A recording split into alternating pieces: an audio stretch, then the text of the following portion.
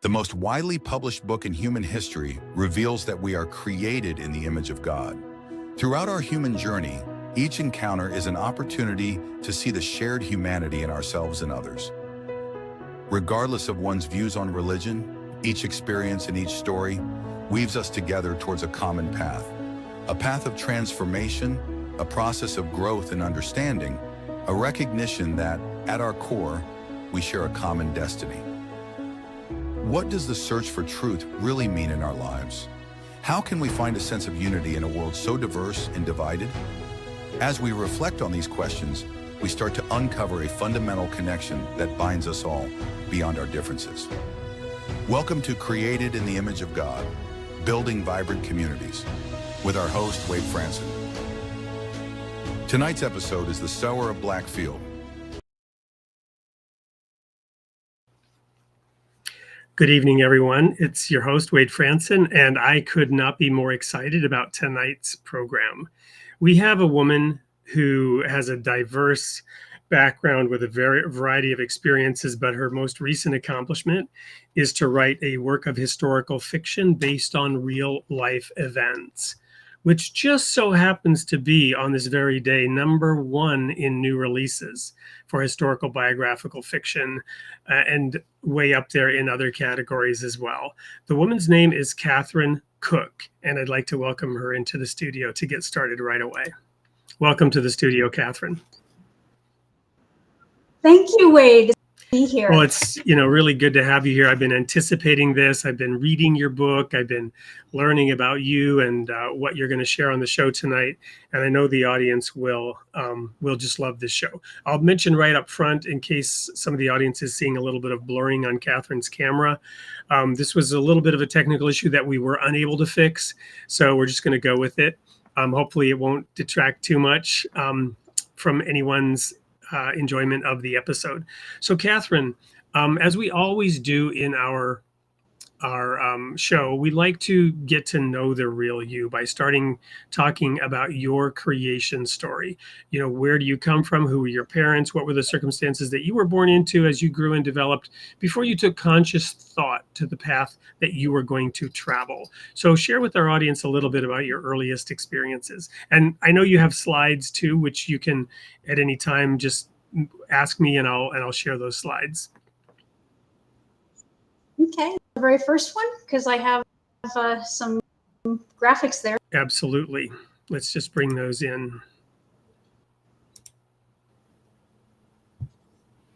Okay, let's go to the, here's our nice titles. Go to the next one. So that's the cover of the book. The thing that they don't see is, let me see if I can bring myself to the foreground. Is that your book? I don't know if they can see that down the corner. Your book has awards. It's an award-winning book. I just wanted to mention that because I don't see them on this cover. But anyway, here we go. All right. Yeah. So yeah, I'm Katherine Koch, and I was born in Sharon, Pennsylvania on April 28th, 1996. Sharon, if you're a small town that's 60 miles northwest of Pittsburgh. And it's been the native place of the Koch family for 5 generations now. And my family and I moved to Ohio when I was 5 years old. So, my native place is the Tri-City area in Warren and Youngstown. And the whole entire, me, my parents, and my brother Sean, we all moved to San Antonio in 2019. And with the whole entire locating, that really tells you just who we are. So 3 things I really appreciate from my upbringing. The values that my parents instilled, very practical, very open-minded. They taught me, don't fear people who look different from you and think differently from you. Have a conversation, learn something from them, and let them learn something from you. And be suspicious of blanket statements, especially when applied to a group of people. And in terms of faith, my parents were both products of Catholic schools. And when it came time for my brother and I to go in school, they put us in public schools, and they made sure that we had all of the the fundamentals of Catholicism and the moral guidance, but they basically said, we're going to let you determine this journey for yourself. And, in retrospect, I'm really glad that they did that, because for me, when you find a reason for faith within, you end up having a deeper, conviction because of it. And that's the way that I feel. And the one thing that they were definitely very adamant about was education. My brother and I were both very much immersed in the rigors of an academic environment. We were both high school valedictorians. We both graduated summa cum laude in college. And I went to Kent State University, which had a chapter of Phi Beta Kappa. And I was inducted as a member in 2003. And when I was trying to figure out a major for myself, I grew up and I was always, very creative. And I thought, well, I want to go into fine arts. And my parents said, why don't you rethink that and go into computer science instead? And so as a result, I ended up being a web developer, graphic designer, marketing professional, a historian, and a writer. And that's why I call myself a Renaissance woman, really all over the map. So that's pretty much the formation of me. Awesome. Do you want me to go to the next slide? Yeah, I think that would be great. So I would like to tell you about here, to tell you like my background on faith. And when I, in my life, I always kind of felt that faith was a divisive force. Look at how much it actually creates extremism and even violence. That align with who I believed. And suddenly, this story about a relative of mine who was in Germany, and Viktor Koch, who was a member of the Passionist order. And then I first heard of the Passionists, and when I realized what they were about, ideas changed. So you might ask, okay, well, who are the Passionists? Congregation in the Catholic Church. They were founded in 1720, an Italian mystic named St. Paul the Cross. Based in Italy, but they have provinces all over the world, too, here in the United States. And the theology focuses on the passion of Christ. In a nutshell, a Passionist would say Christ is present in all who suffer, all who are persecuted and marginalized, all who are neglected and alone. God, you must look beyond the common divisions and by society. I mean, this is really tough if you think about it. I mean, suffering any different for a Christian or a Jew or a Muslim or an atheist? Of course not. This about it is it emphasizes the connection we all have and see the divine in all of us, to see life as sacred.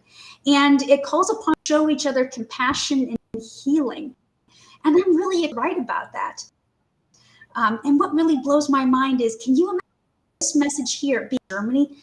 Because that's what Viktor did. I mean, that amazes me. Yeah. So I'm going to just pause there for a moment, and we can get to that fourth slide.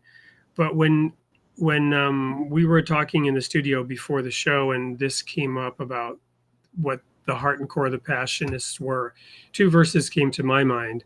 The first being Hebrews 5, verse 8, that although Jesus was a son of God, he learned obedience through the things he suffered. Now, we've actually been talking about this here locally for a few weeks now. We do a weekly devotional discussion with a variety of quotes from the different world religions. Sort of, I function, I guess, a little bit like a chaplain. My wife and I go to a assisted living facility or a nursing home, and we're talking to the residents there who are in that phase of their life where they're beginning to exit this life. And we've been talking a lot about this mysterious. It's interesting that a mystic founded that, because it's maybe difficult to grasp Jesus being the Son of God, and yet he learned obedience through the things he suffered. And we've talked then about suffering and the suffering that we've experienced in our life. So I can appreciate the effect it had on you when you learned that. The other verse is Yeah. also in Hebrews, and it's 12 verse 6, for whom the Lord loves, he chastens and scourges every son whom he receives. And of course, Jesus was scourged. That's part of his passion, right? He was, beaten and whipped to within an inch of his life already before he was forced to carry that cross and then be nailed to it. Or some say it was a stake, not a cross, whichever it was, depending on whether you were crucified like this on a stake or like that on a cross. There's different interpretations of those words. But so the question that came to mind, and I just realized as you were talking, so did Jesus suffer as a Jew because he was born a Jew, or did he suffer as a Christian because he was the Christ, right? The anointed one. No, the And the answer is it doesn't matter. It's a stupid question, right? I say he suffered as a human. That was Right. the divine took human form, and I'll tell you right now, it's obvious I'm not a theologian, but the way that I see it is, I think God wanted to look us in the eye and say, I get it now. Through in Catholic doctrine, if you believe in the Trinity, the Father, Son, and the Holy Spirit, basically you can say, I was the victim. I was the parent of a victim. I have experienced that dimension of pain on multiple levels. I get it. I think that it was God's attempt to tell us, I understand. I've been through this now. That's my perspective. Well, and of course you have the book of Job, which I studied really a lot for an entire year, my sophomore year, when I was getting my undergraduate degree with a major in theology, because in our order, our denomination, if you will, the book of Job symbolized self-righteousness, right? Job was labeled as self-righteous within our group. And that, if you suffered from the sin of self-righteousness, which I was kind of arrogant, and I felt that, I was somewhat self-righteous as a sophomore, I wanted to get to the bottom of this thorny sin that in our particular denomination, that was like the cancer is self-righteousness. That's like the worst sin you could have because you're blind to it. You can't see it when you are self-righteous. So I studied that book Job every week, right? I basically read the book of Job once a week, and I fasted once a week in my sophomore year to try to get to the bottom of this. And I came to a completely different conclusion, that the book of Job wasn't about self-righteousness at all. It was an attempt to introduce a New Testament understanding in the Old Testament, that understanding of suffering, so all the Jews could appreciate and understand the Messiah, because the book of Job is in there. Yeah. Because, that was a difficult thing. They were expecting the conquering king, the all-glorious king, to come and rescue them from the Romans. And that's not what Jesus did specifically, physically. Anyway, we're off track. We're talking about your origin story, but there's a lot of meat here, right? So did you want to go to the last slide? Because I think this is going to tell a lot of people, it's going to say a lot about the journey. And I think this is going to surprise a lot of people when they see this slide. So next one. There we go. All right. So I think when people see this, they're really going to be shocked, first of all, by the depth of the research, and also by how long this has been going on. It has been a 20-year journey, and there are not many historical fiction novelists who write peer-reviewed papers, but I do. And, for the longest time, I've been worried about historians saying to me, well, you have a case here where you've got an American defending Germans, against Americans, and he's saying that these people are innocent of an atrocity. I've studied this history for decades, and I've never heard anything like this. You're a computer science major and a web developer. Who are you to be writing something like this? And I've also crossed paths with academics who have said, I'm suspicious of stories that are written by family members. I mean, how objective can you be? And I mean, I do get that perspective, and I will say that I've done my best to try to guard against it. But I will say for this specific story to come to light, you really did need a family member, because some of the primary sources were 70-year-old letters that were collecting dust in the attics of distant relatives. And not only that, but I mean, as you can see, I went to Schwarzenfeld in 2005, and also collecting the story required going there and collecting oral histories from eyewitnesses who typically don't like talking about the past, but they will talk to a relative of their personal hero. And so when I got to this stage, I wanted to be able to look academics in the eye and say, I've done the research, I've presented at conferences, I've written peer-reviewed papers, and I've actually collaborated with other academics. And in fact, one of them you can see in that photo from 2004. That was taken at the Passionist archives, and the man in the middle there is Father Rob Carbonneau. And aside from being a Passionist priest, he also has a PhD in history from Georgetown University. And he's been my guide these whole entire, these past 20 years on doing research, on the Passionists. And another academic that I've been working with is Dr. Christopher Mariello from Salem State University in Salem, Massachusetts. He's the director of Holocaust and Genocide Studies at the university.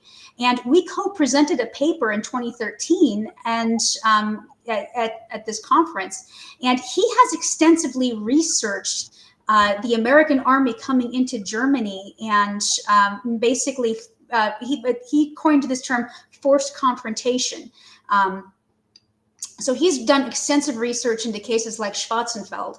And in fact, he's written a book that's called Forced Confrontation, The Politics of Dead Bodies in Germany at the End of World War II. So if you're interested in the bare bones facts on the Americans coming into Germany, I definitely encourage you to look up that one.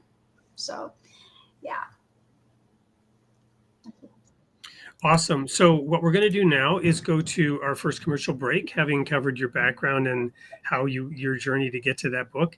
And that will also give people a little bit of insight into that. When we come back, we'll talk about the next phase of actually, what it is about that story that particularly fascinated you, the process of writing it, and getting it published. And then we'll go into what the reaction has been to that. So don't go anywhere. We'll be getting into the meat of this story here right after this short commercial break, which features actually her book. What is an American doing behind enemy lines? It's unexpected, but unexpected things have happened in this town. I've nurtured a crop of good souls here. They circulated petitions and protest. They yearned for freedom of speech and religion. They learned American ideals from me. They lived the doctrine of my religious order, the Passionists. They know that pain binds us all, regardless of nation or race. Protecting them from Nazism was hard enough, but I never imagined the nightmare I'm facing now. The SS have left a mass grave nearby. It's horrific. The Americans have arrived. They're holding the town responsible. The townspeople have orders to wash and clothe 140 bodies, make a coffin for each, dig a grave trench, hold a funeral ceremony. We have 24 hours to see all this through. 24 hours. And if we fail, the Americans will execute every German man in this town between 16 and 60.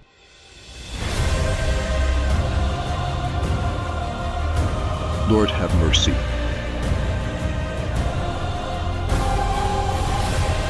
Christ, have mercy.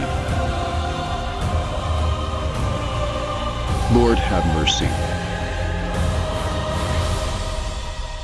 Help me pull off a miracle.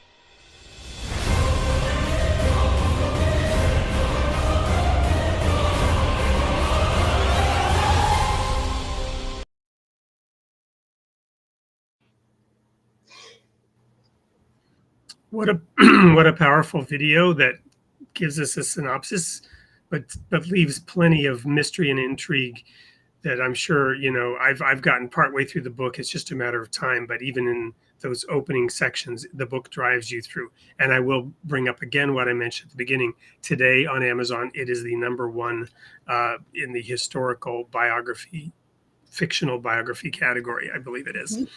So, so tell me then a little bit more about your immersion into the details of the book and the story of uncovering this.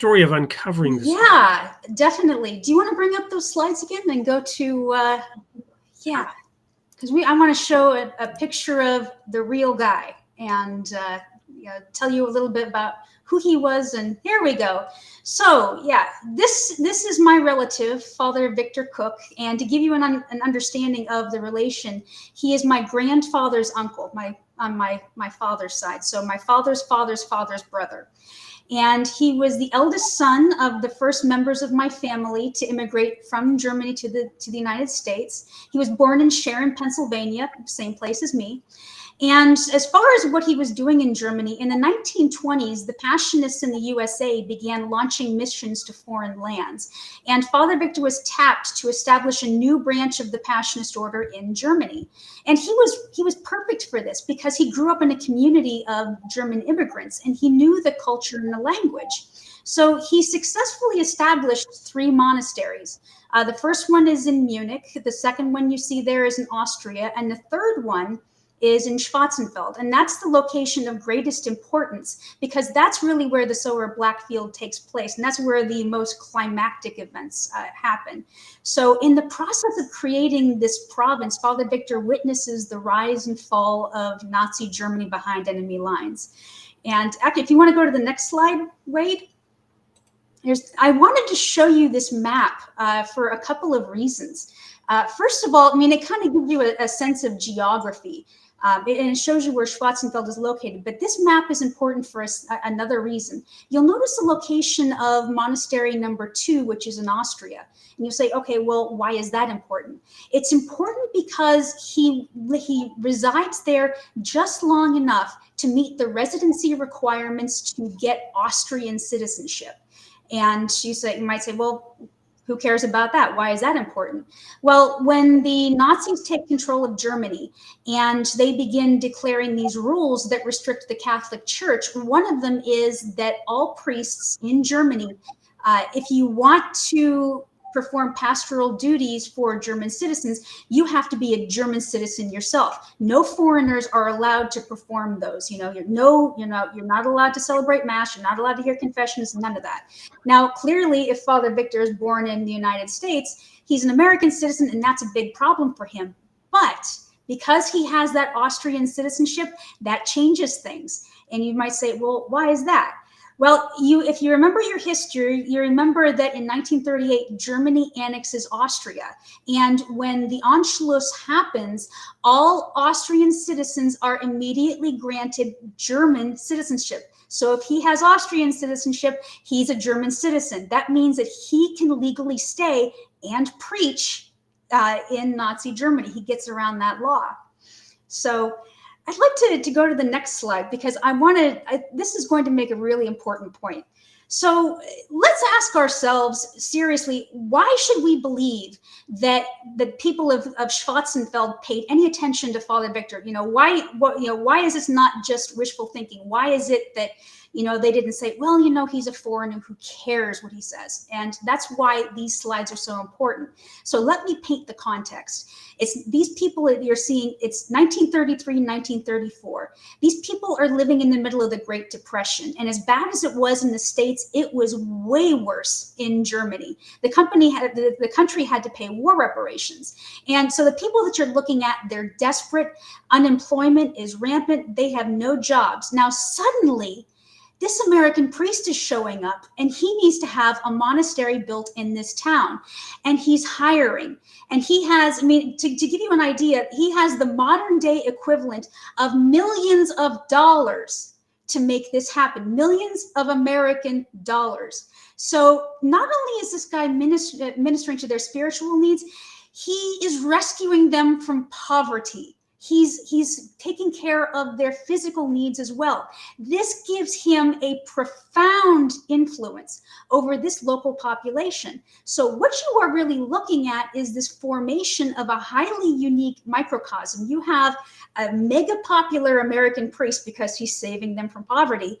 He's preaching a message of the Passionist, which directly challenges Nazi ideology. He's empowered by a pulpit, which really scares the Nazis, and he's legally allowed to stay in the Reich. So, I mean, any of those conditions would be amazing in themselves, but for all of them to happen in this little town, that creates something that is very unique. So, yeah. So I want to pause there real quick because I'm loving this, especially because I've already read the parts of the book that kind of map this out, and I love how you're laying this out. But I'm afraid of a couple things. One, that you're going to give a little bit too much away because people should really buy this book and read it. Not that we're shilling in books and making money, but there's just so much there. Secondly, I don't want to spend too much time going through every aspect of this because we won't have time to talk about what it means for us and in the current situation. So I want to, we can go back to the slides, but we're going to have to go through them more quickly and or just cover them without them, however you want to handle that. All right. So you want to just like quickly go through the rest of them? All right. Sure. Awesome. That works. But I love, so somebody asked in the chat how this is resonating with me. Pretty sure I shared with you, I spent 10 years in Germany. Among other things, I shared that when I was there in the 80s, to your point, I never met a single German. And even though I was there in the 80s and 90s, so there were a lot of people still alive that had been in World War II. And I was also in the ministry. And so I was working with people of a certain age, right? Older people. And nobody would admit to ever having known anything, right? But I'm aware of a lot of the surrounding ongoing history.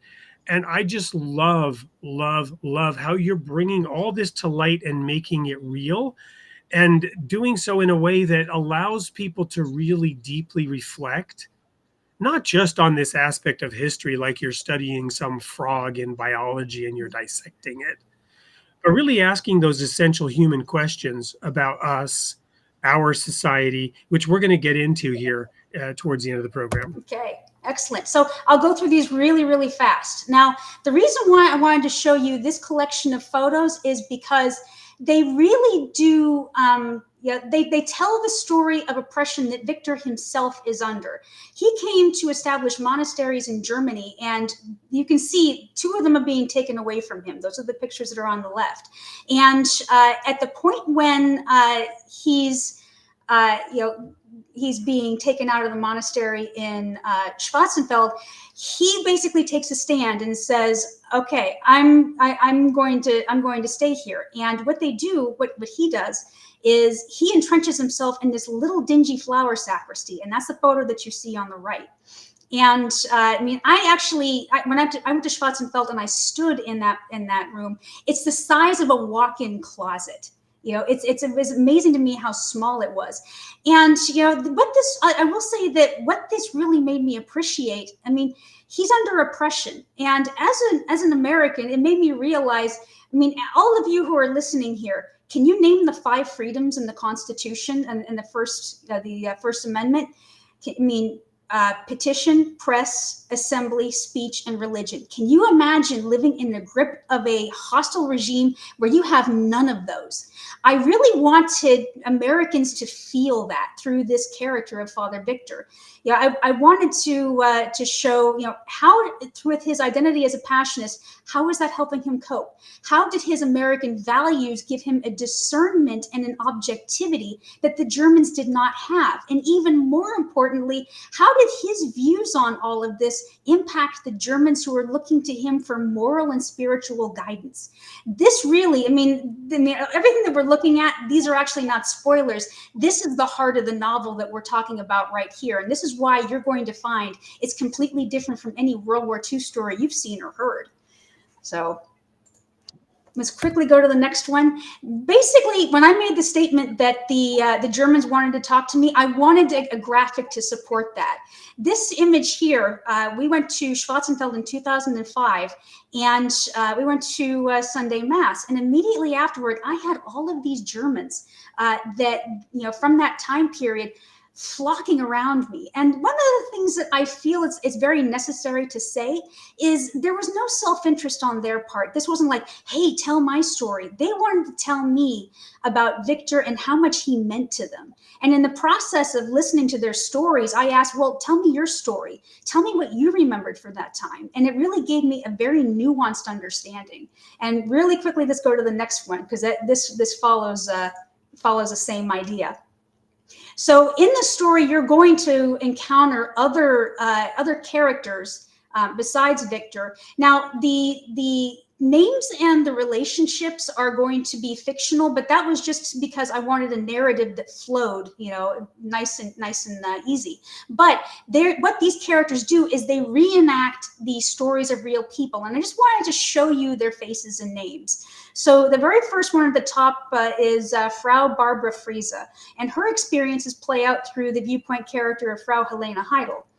And the man you see beside her is Norbert Gindelate. That's a real person. I used his real name because the stories that I heard from his family, I was listening to this and I was like, this doesn't sound like the Germans that I was expecting. These do not sound like Germans in Nazi Germany. They've been changed. And, is it any wonder that there's a Passionist down the road telling them Christ is present in all who suffer? And at the bottom is this German fellow named Herr Nicholas Kainz. He was a child in Nazi Germany and a former Hitler youth. And his stories are infused into the viewpoint character of Klaus Heidel, Helena's eldest son. So what I really want to emphasize is that I know that we need to end the segment pretty soon, but what I really wanted to emphasize is when I went into this, I had this feeling like, we have a very black and white understanding of Germans in Nazi Germany, and I definitely want to revisit that question you keep on asking, Wade, because I've thought a lot about it, about the Germans who say we have no idea that any of this happened. What I realized is, we have this image of these people that are the architects of the Holocaust on one side, and then we've got the people like Dietrich Bonhoeffer and Sophie Scholl and Klaus von Stauffenberg who are directly taking on the system and and making the ultimate sacrifice. But what I realized is there are a million shades of gray between these two poles, and that's where the nuance is. That's what I was getting. And that's what I realized, that, okay, these people they're not Klaus von Stauffenberg, they're not Sophie Scholl, but they are doing meaningful indirect acts of resistance that I found fascinating. So many questions. I'm going to throw out a couple of them. The first one is going back to those 5 freedoms. Mm-hmm. Petition, press, assembly, religion. What was the 5th one? Speech. Petition, speech. Okay, thank you. We'll come back to that later. I just wanted to make sure I had them down. The second one is just basically author, publisher perspective. Every time we see a movie, it's like based on real events. Any resemblance to real people is purely coincidental. You've gone a different route here. You're like, no, I wrote this person with his name. Did you have legal counsel on that? How do you handle that in terms of why do people always say, no, disclaim that there's nothing real here? And you're saying, no, there's some very real things in here, even though I had to use some artistic liberty for the narrative arc. Family permission. That's... Yep. So you got explicit permission for those people. Awesome. The other thing I wanted to bring up here is that, and I hate to bring this up, but it's reality.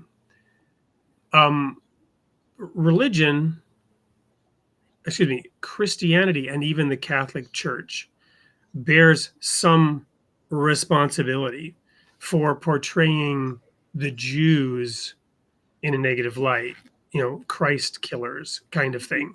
And there are historical situations in which, they're incredibly shameful for the Catholic Church. And here you've got this order that is turning that on its head. And you said, seeing Christ in everyone, seeing Christ in the Jew who historically is labeled as having rejected Christ. That is awesome and amazing. Tell me about it. And that was one of the reasons why I felt like, I really need to tell this story. And if people discover the Passionist because of this, that's awesome. Awesome. So I think we had a couple more slides. Let's quickly really quick. Go back to them. Let me see if I can rearrange here again and get it right. Yeah.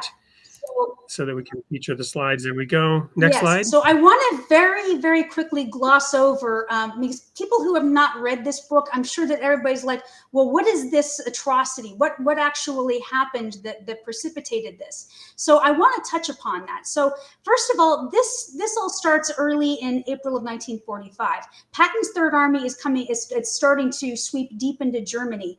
And the SS who are in charge of concentration camps, especially in the South, they realize that, hey, they're coming and they're about to liberate our prisoners. And so what they do is they start herding them on trains to get them away from the front. And one of these concentration camps, it's a labor camp, is Flossenburg. And you see where it is up on the top of that map there. And on April 15th, about one train with about 750 prisoners follows the route that you see here. Now, what happens is, on this trip, it gets strafed by American low flyers. And you might say, Americans, why would they do that? The reason why is because the Americans have been told, if you see a train passing through German territory, it's carrying troops and supplies to the east, you have to stop it. They have absolutely no clue whatsoever that these trains might be carrying concentration camp victims. And so they get shot at 3 times on this trip. And the worst attack happens in Schwarzenfeld's train station. The engine is completely destroyed, and some of the prisoners are unfortunately, they die in the attack. But when it's over, the SS realize, okay, if we're going to proceed, we have to do this on foot. So they execute any Jews who are incapable of walking onward, and then they continue death marching the rest. And so this leaves 140 bodies in Schwarzenfeld's train station, and the Americans are just hours away. So let's go to that final slide there.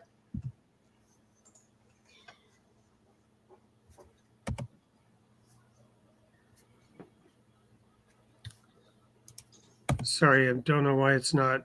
There we go. It's just the way that it is. Okay, so this is what brings about this crisis of the story. The Americans see this mass grave, this atrocity, and they are just absolutely just beside themselves. They are just outraged that this happened. And they figure that, okay, the whole entire town of Schwarzenfeld, they're full of Nazis, they're responsible.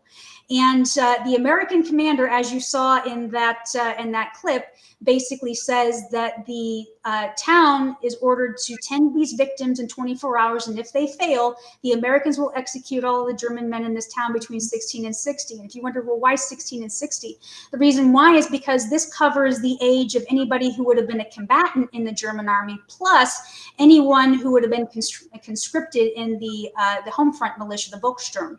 So to Schwarzenfeld's great fortune, Father Viktor is here. He musters every man, woman, and child to fulfill this ultimatum, and he confronts the Americans, his very own countrymen, and defends the Germans. And now what this book does is it gives you some time to walk in his shoes and to walk in the shoes of the Germans. And you start to realize that, they've been protected by Passionist ideology this whole time. He knows they're not Nazis. And, so in essence, thanks to him, the town was saved without a bullet fired. So, yeah, that's all of the history that I want to cover for this. Awesome. So thank you so much. We are now going to take a quick break. I have to showcase another author, another book that we chose to have for one of our commercial breaks.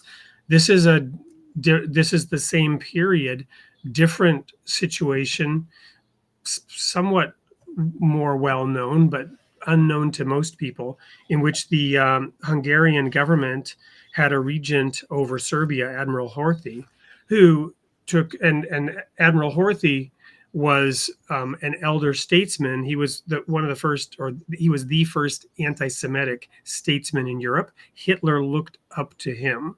One suggested title for this book was Hitler's Mentor. And it's about an atrocity with a mass grave, not for 145, but 3,000 people that were murdered and thrown in a hole in the ice under Horthy's oversight in Hungarian-controlled Serbia. We will be right back to dig into the details of your story, however, right after this commercial break.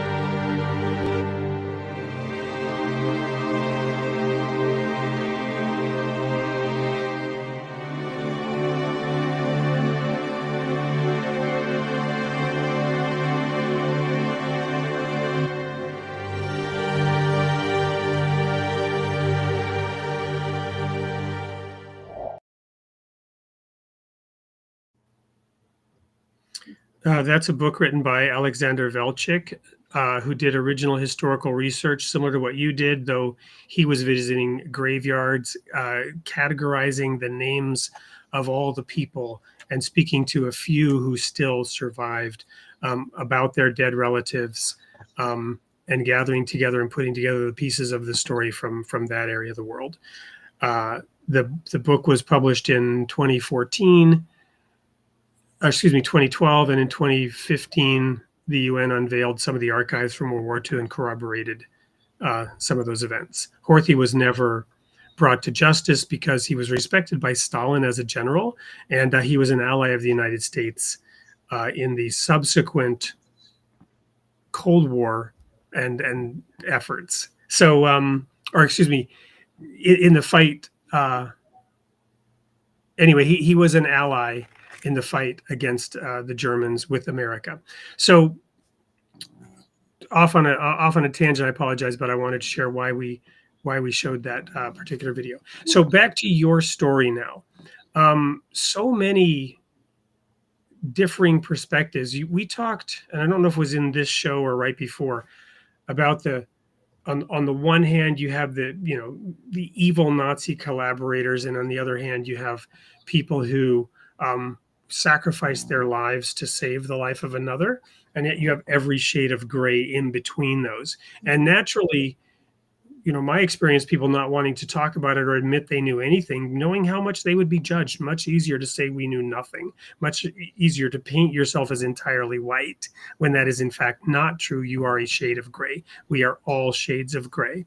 Anyway, so tell me a little bit about the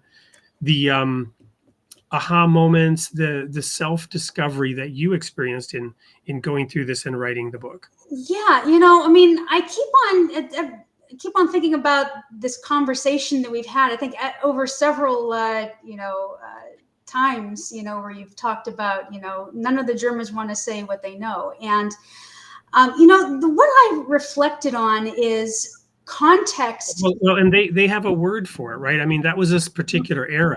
Maybe it was just that particular era. Vergangenheitsbewältigung, right? The ability to somehow come to grips with the past. I mean, this is every movie that had villains had Nazis in it, right? Everyone that wanted to, insult the Germans would call them a Nazi, right? You have to live with this black mark on your entire nation. You're on all the people. You're all painted with the broad brush of labels. See, that's exactly what I've realized in researching this. Context is everything. Horthy has a context. When I say context, I'm talking about how much indoctrination did they get, what did they do, and what were they exposed to. Horthy has a context. You can also say the people that lived around a concentration camp had a context. You could honestly say to them, folks, you saw white flakes coming down from the sky. You can smell it. You can smell it. Right? You really think that was snow? You know, you can say to somebody who lived in Berlin, "Hey, folks, I mean, you did see the glass windows of these Jewish shops being busted on Kristallnacht. You know, can you really say you knew nothing?" Yeah, but also, Catholic Bavaria has its own context. You've got these little towns that are like blink and you miss it towns that are surrounded by an ocean of farmland, you know, and especially if they're a Catholic town, they are under their own oppression because the Nazi regime is trying very hard to get rid of anything that is going to come between them and their message and the German people. So, I mean, they have their own context in a Catholic community.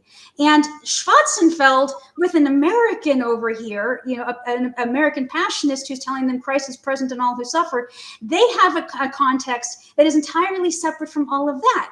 So what I realized is that context is everything, number one. And I also realized, because I know that people, seriously, I know that people are looking at me and saying, you know, I mean, I'll tell you, it's really weird being an American and this is not my history. And if people are looking at me and saying, how can you say this? You know, it's like suddenly I'm responsible. I'm speaking on these people's behalf.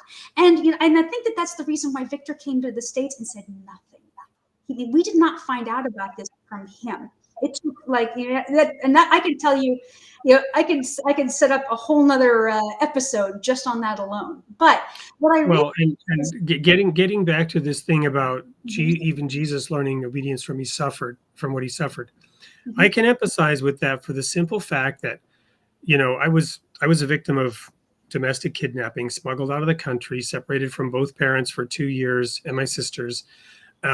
The court case eventually went to the Supreme Court of Sweden. 2.5 years after all this started, I'm back in the U.S. With my mother, who was an alcoholic, which is why the whole thing started. Now I'm in school in the middle of 6th grade. And the teacher is standing me up in front of the class and saying, here's our new child from Sweden. And I'm like, I'm not Swedish, right? I'm an American. But I wasn't really American because I was born in Canada. And then the kids were all coming up and speak some Swedish for us. They were just being friendly, right? Mm-hmm. But my reaction was, I'm not your monkey. I'm not going to speak Swedish for you, right? Which immediately set me off. But again, context. Nobody could understand anything about what I went through. To them, I could tell I was somewhat of a curiosity and I hated it. Mm-hmm. Right? Exactly. So yes, this whole, I can relate to why Father Viktor didn't want to talk about it, or certain vets that are in Iraq, they come back and they, you know, post-traumatic stress disorder. Yeah. So, but having a little bit of empathy for those things it's hard fought and it's hard won, but it's so valuable. Yes, it is. And I think another point that I would like to make is, I mean, knowing through this history and through researching it, how important context is. That the context that I know and the context that I can speak to is specifically Schwarzenfeld, you know, so I can't speak to the Germans who were in Berlin or the Germans who were living within, you know, distance of a concentration camp. I can't speak to Horthy, you know, but I can speak to what I have learned in Schwarzenfeld. Awesome. So, so what has been the experience of getting that book completed?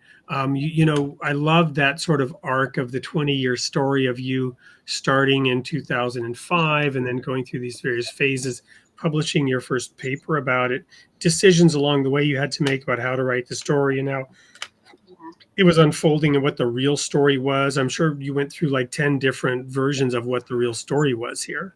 Yeah, I'll tell you, you know, the hardest thing about this specific research was just piecing it together after such a long time. You know that childhood game where you line up a bunch of kids and the first one whispers a story into the ear of another one, and then that repeats all the way through? Yeah, I mean, we learned it through word of mouth. And by the time we got the message, it was like totally distorted, and I mean, we got in touch with the people of Schwarzenfeld and we said, this is what we heard. They just about died laughing. And they said, you know what, you need to come over here and we need to set you straight because you don't know the real story. So, so first of all, piecing it together over such a long period of time, and also absorbing so much within a week. I mean, it took me a really long time to step back and really piece the context together. To give you a perfect example, when I was listening to these interviews, they kept on talking about refugees in their houses. And I was like,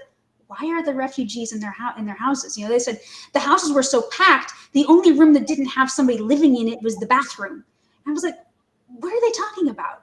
And then what I realized is on the German home front, 1942, 1943 onwards, the Germans who had settled like out in Poland, out in these outer areas, when the German army started getting pushed back, these people started flooding back into Germany, and there was nowhere for them to go. So Nazi welfare, the organization that was responsible for taking care of the German people, said, okay, if you've got a home, you need to admit these people that are coming back in. You need to admit these people back into your house, and you need to open up your guest rooms, your living rooms. And yeah, I had people saying, even in the hallways, we had people sleeping, So, I mean, can you imagine, having your house full of strangers? And not only that, but I really got a sense of the oppression that these people were under, especially like through Nicholas Kites, who was a child. And he had said, yeah, the teachers were telling us, if your mom and dad says something against the Reich, you need to tell us. Next thing you know, you get a knock on your door because your kid said something against the Reich. And, maybe you didn't come home. It was that scary. So these people had to be extremely careful of what they said, what they did. They had their houses were packed with strangers. I mean, there was so much, demanding their attention, so much oppression, so much hardship that when they say, yeah, we had no idea what was going on, I think of my own life. I mean, I'm not saying it's right, and I'm not condoning it, but what I am saying is, for me personally, that does ring true, because I think of all of the things that I deal with in my life and how busy I am. And if I had people in my house and I had to worry about what I say, I mean, how much attention would I be giving to everything else? So that, when I hear the people of Schwarzenfeld specifically say, we really didn't know, knowing what they were going through, it does ring true to me. I will say that. Well, the reason, so allow me to unpack that comment a little bit. I was not at all seeking to place any blame, right, or accountability. Mm-hmm. My question was to understand, right, what was it like living under those circumstances, right? How did you feel, right? How did you process it? How have you processed it since, right? But they wouldn't open up at all. They weren't going to have that conversation. And of course, the context is you think about the short period of time. World War II ended, in the late 40s, mid to late 40s. Then you had, rebuilding 10 years of, the Marshall Plan. You had the German economic miracle. The time when I was there, I went there in 1984. They were just really back on their feet, right? You still had the provisional capital of Bonn, which is where I was, and the country was still divided into East and West Germany as a result of that war. Literally, the country was still divided. It's as if America was 30 states on one side and 20 on another, and people are asking you, so how was that war for you? It wasn't even resolved. Right. You follow me? And to your point, when you shared that the Americans came in and threatened to kill everybody, I know nothing, right? Automatic reaction. You could be trained from infancy and childhood. Don't say anything you don't know anything. True. Like that rock opera Tommy. You didn't see anything, you didn't hear anything, and the boy grows up deaf, dumb, and blind, right? Mm-hmm. But what's fascinating to me in all this, and that's part of my curiosity from back then, is that let's fast forward and bring this to the current day, and we'll shift here to a commercial break and come back here shortly. But let's bring it into the current day. When COVID hit, this is a completely controversial topic. We're going to, by the way, have Jason Persoff back on the show. For those who watched it earlier, we had him on the show a couple of times during or short after COVID. He's an immunologist who was working in a hospital and shared his views and whatnot. We're going to have him back because the tide has shifted on the information that was available. But when right at the beginning and at the heat of COVID and the lockdowns and everything, because of my experience and having been on all sides of every issue, I was not eager at all to just rush headlong into all the lockdowns and believe everything I was being told. Right. And I had a responsibility in a local situation for making some decisions about what a certain community would and would not do. And the lockdown mentality made me very uncomfortable, and the mandatory enforcement on everybody made me very uncomfortable. The group that I was in was going to be even more draconian than the draconian society around us in this very COVID terrified region of a state that believes in social responsibility. So I was, by simply saying, look, there are different perspectives, I was labeled a spreader of lies and misinformation in a letter that was drafted and sent to a national organization. Mm-hmm. And I experienced that. Well, now the tide has turned, and many of the things that I was accused of spreading lies and misinformation were the tip of the iceberg of things that were 100% true, right? Mm-hmm. And now the shoe's on the other foot. But you have this same situation of denial and plausible deniability. And I didn't know anything, and we didn't really do those things. Yeah, you did. You did say those things. It's on video, right? Videos are being shown of people saying the things that they now claim they didn't say. Mm-hmm. So there's our own little sort of mini... I'm tempted to say tempest in a teapot, and it is compared to the Holocaust, but it's a whole lot more than a teapot, what happened around COVID and the decisions that were made. We have our own issues nationally and as a society that we have to reconcile, or, what's the word I'm looking for? That we should be processing and digesting and learning from. But it is so difficult to have those discussions because everybody would like to pretend they didn't do the things they did. Right. Because they might have been on the wrong side of an issue. They believed they were right. They believed they were doing the right thing. Their intentions may well have been pure. It's really hard for a human being who believes they're right and has good intentions to admit that they horribly hurt somebody else, maybe even killed somebody else as a result of the decisions they made. Right. Very true. So how is all of that for you in terms of relating your deep dive into that microcosm within a cosm of a macrocosm, and sort of the Alice in Wonderland down the rabbit hole kind of situation? It was, yeah. It really was, and I think that's why, it took me 20 years to really unpack it, and that's why having some guidance from like Chris Mariello and from other academics.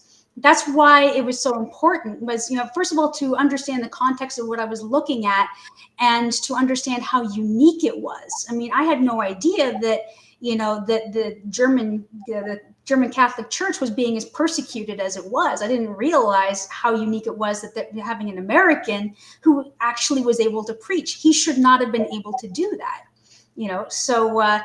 Yeah, it really did take a long time, doing the research to unpack, the unique story within the unique story within the unique story, even beyond that.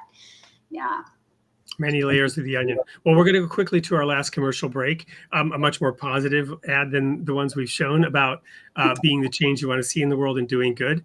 When we come back, we'll get into some of the audience comments, and there have been many. Don't go anywhere. Welcome to the Royal Falcon Foundation. Our curriculum and activities inspire and train adolescents through hands-on experiences, fostering growth and empowerment. Through immersive and challenging experiences, we shape young minds to think independently and develop their leadership skills.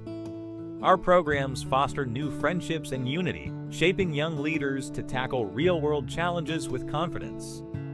We believe in equipping the next generation with the skills to become leaders of tomorrow. Join us at the Royal Falcon Foundation and be part of a journey that empowers, unites, and inspires. Double your impact with our matching grant. Until the end of 2025, every tax-deductible donation to the Royal Falcon Foundation, up to $1,000, will be matched dollar for dollar. Visit our website to donate now or email info@royalfalconfoundation.org for more details. Together, we can make a greater difference.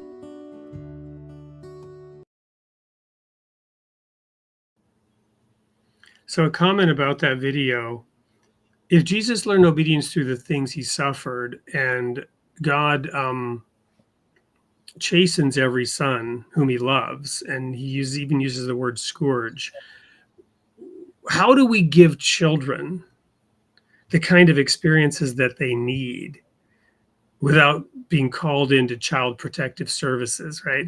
Obviously, we're not going to in any way try to inflict pain and suffering on our children, though my kids, will often complain. I'm like, yeah, I love to torture you, right? I just love torturing you. Now pick that piece of trash up and throw it in the trash can, right? Yes, you're going to come out and help me gather firewood. Yes, we're going to go, mow the lawn and rake the leaves together. And yes, it's going to take an hour. And I'm sorry if it's a little cold out there, right? But the Royal Falcon Foundation really works hard to give children the kind of immersive, impactful, focused experiences that give that same benefit in a very positive, productive way, profound, positive experiences that can teach you. You'll have enough suffering along the way. We don't need to be the cause of that. True enough. Right. So anyway, okay, let's dive into some of the comments. I mean, there are a lot. We had quite a few live viewers. I wasn't really paying attention, but right now we're at 170 live on the show. So maybe it was more before, I don't know. So I don't know if you can see them. They're over there on the right. If you haven't, then that's probably good, because some of them were a little bit distracting. Somebody wanted us to give a summary of the slides, and somebody else generously did that for them in the chat, which we really appreciate. So people want to know more about the story, and I'm going to quickly not have you answer those, but just tell them, go buy the book. We'll tell you about the book. Go buy the book. Yes. Yes, it looks like a movie. So looking for, let me look at one here I want to dive into, and of course you can call out one that you might want to address as well. This is an interesting one from Amelia Monroe. Crazy how a whole country's identity was erased overnight, only to be restored years later. History really does move fast. And of course, there's this Chinese curse, right? May you live in interesting times. Heard of that, yes. So yeah, what can you say about, Father Viktor's experience being an American? Now he had Austrian citizenship that allowed him to play the role of a German and accomplish certain things because he had that nationality. Yeah, that's an interesting question. So I think, just kind of pondering it for a second, I mean, just what really strikes me is just how unique it was. And, he was really very much an opportunist. I've learned that from, what he does. He's actually a wizard at getting the Reich cobbled up in its own red tape. And so anytime that he sees an opportunity to use their own rules against them, he does that. He is a very, very shrewd leader. So I think that, yeah, he looked for every advantage that he possibly could, because I think that he saw what was happening in Germany, and he realized how desperately they needed a message so that they could see beyond what the Reich was imposing upon their own people. Well, and yeah, that came clear in the early parts of the book that I read, where the Gauleiter, the regional governor, whatever, is coming in to get a tour of the monastery that he plans to confiscate, right? And Father Viktor is already sizing up the situation and calling the Austrian bishop, and it brought back my experience in Germany. And of course, everybody knows this. I was just following orders, right? So they were following orders in many cases. And so it's fascinating that you bring out that he tripped them up with their own laws. And didn't Jesus do this? Your law says this, right? And therefore this, right? Jesus was a master at doing that. And it's fascinating to see, calling out their hypocrisy, catching them in their own hypocrisy, if you will, or in this case, just loopholes and, illogic, or safe places within the law that was created that they actually adhered to their own law. So even, this is going to sound so horrible, but even the Nazis had a certain integrity. Everybody on earth believes they're right. Mm-hmm. Everybody on earth believes that what they're doing is somehow good, right? And they're following some internal consistent logic and some compass. I discovered this profoundly when I was in Leningrad during the abduction of Gorbachev, and when there was this strong line and tanks were coming from Moscow while I was coming in from Finland, and in this turmoil moment in history, the Russians, I was shocked at them saying some of the things they said. How could you believe that? And it struck me, of course, everybody believes they're right. Everybody believes the system they were brought up in is the true and accurate and correct one if they adopted it and they're sincere in what they're doing. Right. They might be sincerely wrong, but they're sincere. And so to think about that and to recognize it, I think that's a necessary thing to see Christ in everyone. And I want to share this. And somebody else asked about, the Passionists, and we're going to try to get some of the Passionist leaders on the show. You and I have talked about that by email. But here's the thing I want to highlight. One of the most profound sections of the Bible to me is the book of Matthew, because it's all about judgment. Jesus tells us not to judge. Do not judge. Judge righteous judgment. Don't judge by the outside. And we're not capable of judging the heart. Only God can judge the heart. So do not judge. And if you do judge, first of all, who are you to judge another man's servant? And Satan is the accuser of the brethren. And who is my brother? But if you judge, I will judge you by the standard that you use. So, I will call you out on your sincere hypocrisy, right? Mm-hmm. I will show you how your sincere intentions were absolutely hypocritical, right? Mm-hmm. That's how God will judge us. He will hold up a mirror, right? So now, that's just background of Matthew. The culmination of this is Matthew 25. When the Son of Man comes in his glory, right?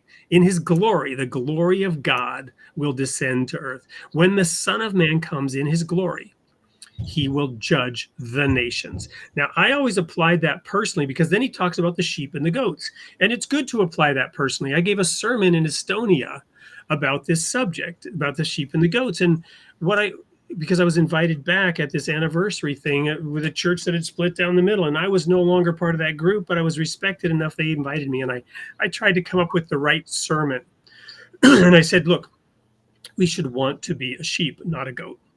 Mm-hmm. I looked at it personally, and I asked the question, what's the difference between a sheep and a goat, and how do we ensure that when the time comes, we're going to be part of the goats? And I said, it's hard. This is a harder question than you think because they're so alike. Neither the sheep nor the goats recognized Christ. They were like those disciples that walked on the road and Christ was with him explaining things, and then he was taken up from them, and then they realized that was Christ with us, right? They didn't recognize Christ, neither the sheep nor the goats, because they both said, when did we see you? The sheep gave a glass of water to those who were thirsty, and the goats did not. But both the goats and the sheep said, when did we see you? Because he said, you gave me a glass of water or you didn't give me. They both said, when did we see you? Neither of them recognized Jesus. So I said, we need to stop going around trying to figure out who is and who isn't. We need to stop making any judgment about the person. The sheep saw Christ in everyone. Yes. Yeah, absolutely. Indiscriminately. So they didn't like, when did we see you? Well, you saw Christ in everyone. Exactly. Just like the Passionists were teaching. If you see Christ in everyone, you will be a sheep. Yes. But here's what gets really fascinating. So that's great at a personal level, but I came to realize, wait, it's not talking personally. When the Son of Man comes in his glory, he will judge the nations. Mhm. Well, guess what? What we haven't talked about in this story is World War II is well known because of the Holocaust. Right. Now, we've had a lot of debate about that in recent years because of recent events, but World War II is about the Holocaust. You go to the gates of Dachau, it says, ni vida, ne plus jamais, never again. And then the Russian phrase, which I've forgotten, even though I studied Russian, I forget what the exact phrase is in Russian, in those 4 languages on the gate. Never again will we have that degree of inhumanity, and it was addressed at the Jews. But what happened after World War II is the Jews were able to establish a nation, the State of Israel, which was promised to them unanimously by the League of Nations, which America never joined. It was never followed through on. But in 1948, the Jewish state was established. The other thing that was established in 1948, independently, but I think they're connected, was the Universal Declaration of Human Rights. The Universal Declaration of Human Rights establishes things like make sure that everybody has clean water to drink, right? Mhm. You gave me a glass of water. Make sure that everyone has clothing. You gave me clothing. Make sure that people are treated fairly when they're in prison. You came to visit me in prison. Make sure that people have adequate minimal health care. You came and visited me when I was sick. The standards of Matthew by which the Son of Man would judge the world are the standards of the Universal Declaration of Human Rights. That makes sense. Yeah. And that is how the world has declared it wishes to be judged. Right. Right. And God says, that is how I will judge you. And what also happened in 1948 was the establishment of the State of Israel. I'm not going to make any comment about how people should think about this, but I'm going to say there's something very big going on this planet. I agree with you. Yeah. World War II was just a precursor to make us aware of the thing that we said we would never do again. Mhm. And this story is so critical to the heart of that spiritual principle and the judgment of all mankind. What I love about your story, and this is really just coming to me now, is the fact that it is so multifaceted, that it forces us to examine and look at ourselves and other people in ways we never would have, because those people in that crucible of a microcosm within a macrocosm, it's revealing. And you see, that is exactly the exploration that I wanted to do, is to see these people that, we have, a very limited perception of. I wanted to see these people go through that process of learning to see, the divine in each other. Yeah. And not only in Germans, but also in the people that were around, right in front of them, that were suffering. And there were, you have to read the book to understand the context of that. But they saw people that were suffering right in front of their eyes. And what was interesting to me is how they took Passionist ideology, the idea that we are all sacred, all life is sacred, and they were applying it. So, and I think that ultimately that's the message that I really want people to, that I want to resonate with people, because we live in such divided times. And what I want people to understand is that the things that unite us are so much more important and so much more profound than the things that divide us. Yeah. Amen. This nation, you might say, is more divided than at any time since the Civil War. Very true. And over what? What are the issues now? Well, there's a plethora of issues. There's not just one issue. I think it's about how we interpret events, how we interpret the world, and almost more so the chosen path forward, right? Well, guess what? America has always been a kind of a grand experiment, a project. And we have elected leaders, presidents who come in for 4 years, and we have, the pendulum swings this way and it swings that way. I've seen some comments from my good friend Dan Sanderson, who's the founder of Blank Zip, a philosophical website, and I shared with him a quote which he calls a Wadeism, that we laugh about, which is, we lurch forward from ditch to ditch, right? We lurch forward as a species from ditch to ditch. We cross the middle of the road briefly for a nanosecond on our way, making a beeline into the other ditch, because we can't really get together and say, you know what? I might be on the right, but I understand where the left is coming from. And I can actually see how they arrive at that conclusion. Or I'm on the left, and I can understand how it appears to them that, this is a better way, right? And I don't have to call them a racist as they try to resolve inequity in a way that's a little bit different than the way I would go about it. They might be just as much about fairness and equity as I am, maybe even more so. Right. They're going about it a different way. They think there's a different path to get to the result we all want, which is a more fair and just and equitable society. Right. But we can't have those conversations. We're too busy labeling each other, throwing each other into hell. And that's the tragedy of religion in the Christian world, right? Yeah. Throwing people into hell over the tiniest little doctrinal differences. And the Passionists seem to have found a way through that. They have. And that to me, it spoke so much, so deeply as soon as I realized what that message was. And if people read this book and, they want to learn more about the Passionists, that's a victory to me, because I feel like what they have to say right now at this time is so important. And, it plays out in this book. So, yeah. Well, let's have an altar call right now. How many of you want to come forward and buy the book? I'm just kidding. But you must go to Amazon, and it is called The Sower of Black Field. And there it is with those awards on it. I should reverse my camera now. How do I do that? No, that's the maximize button. There's one more slide that has more than those 2 awards. In fact, it's gotten 6 major awards. So well, let's quickly go to that slide, and then we'll wrap this up. So we'll go through the last slide set and wrap this up. I'll stop you when I see it. There it is. Yeah. So even more recently, it won it was a category winner in the religious fiction in the 2025 Independent Press Awards. So, this is beginning award after award after award. It's gotten several 5-star reviews, and it's gotten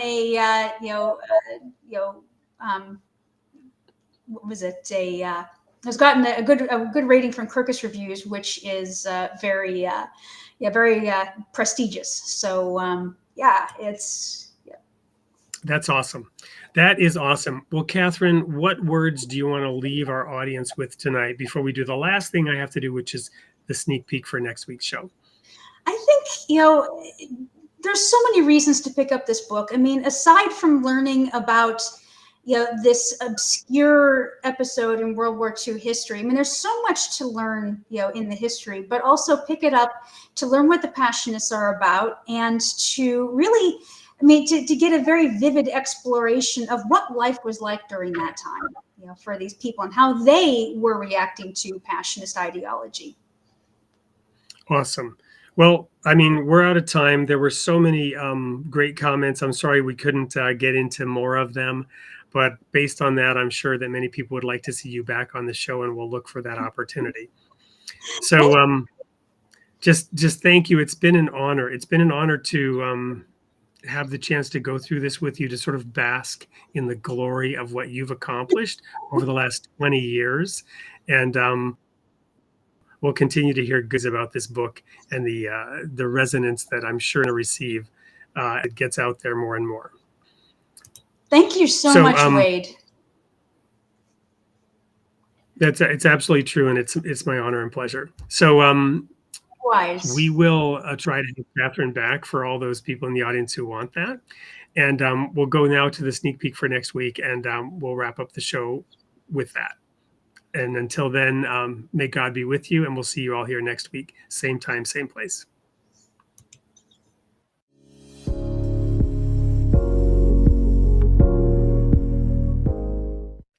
Hey everyone, it's Wade Franson. I'm back with another sneak peek. This time we have Luke Warkentine, who's a returning guest for his second appearance. And the reason is we've rebranded the show this year to Building Vibrant Communities. And this is right up Luke's alley because of a new program that you've launched, Luke, about studying the Holy Word of God. Tell us about that.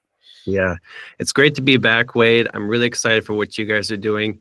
And I'm even more excited that people can fall in love with the Word of God and therefore the God of the Bible.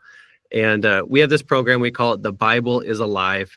And what we do is we take people through the Bible, not just chronologically or, start in Genesis, go end in Revelation, but it's really 3 or 4 chapters a day, but with supporting verses. So what does this passage in the Old Testament have to do with the New? And when Jesus said, I didn't come to do away with the old covenant, but I came to fulfill it. What does that mean?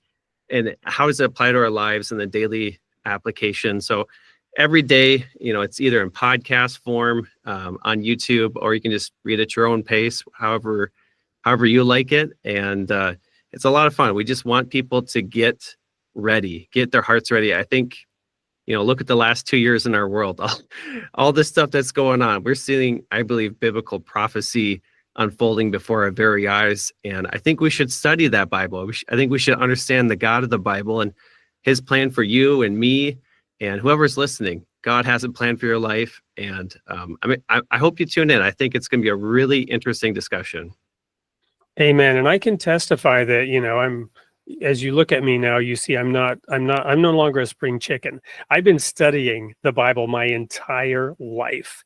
And every time I read a verse, no matter how familiar, with a humble, open mind, some new insight arrives. And we understand more fully as the world conditions unfold. And looking back in history and seeing where we're at now, the Bible has more relevance than ever. And I imagine that your program helps people make the Bible relevant and apply it to their daily lives. How do you accomplish that in your program? Yeah, so it's a very unique plan that helps people connect those dots in real time, but also every day you get a short 2.5, 3-minute teaching so it's divided up into daily themes, right? And so how do we not just ingest the Word of God and understand it, but what's the daily takeaway? What's the aha moment? How does this get real and personal for us? And interesting stat, I think your listeners might like this, but last year there was a 40-year high in the sale of Bibles all around the world. Wow. So people are hungry for truth. They're hungry for something real, not just what politicians say or the media or movies or what culture is saying to us, but what is God Almighty, these eternal truths going all the way back to Genesis. What is that truth? And how do we apply it to our lives? That's what we're going to talk about. Well, that's exciting. And we're going to get into the nuts and bolts of this. So you are not going to want to miss episode 136, airing on February 4th with Luke Warkentine, Falling in Love with the Word of God. We'll see you there.